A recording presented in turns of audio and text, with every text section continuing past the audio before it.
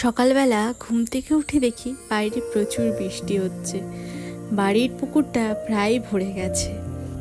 আজ ছুটির দিন হওয়ায় ডিউটি যাওয়ার কোনো চাপ নেই, তাই কিছুক্ষণ বসে বাইরের বৃষ্টিটা মন ভরে দেখতে লাগলাম। ডিউটির দিনগুলোতে এত ব্যস্ততা থাকে যে বাইরের প্রকৃতিটাকে উপভোগ করার টাইমই হয় না। কখন রেডি হয়ে ডিউটি যাব সেই চিন্তায় থাকে। তাই ভাবলাম আজকে সকালবেলা একটু লুচি তরকারি বানাবো। অনেক দিন পর আজকে বাড়িতে এসেছি, তাই ভাবলাম শাশুড়ি মাকে রান্না করতে দেবো না, আমি নিজেই লুচি তরকারিটা বানাবো।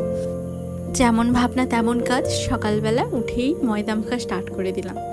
তারপরে রেডি হয়ে গেল আমাদের লুচি তরকারি। জানি লুচির শেপগুলো গোল হয়নি, কি করব বলো, প্রথম নতুন নতুন শিখছি, তাই জন্য এক্স্যাক্ট গোল এখনও হচ্ছে না। আচ্ছা, তোমাদের কার কার লুচি তরকারি ভালো লাগে কমেন্টে কিন্তু জানিও।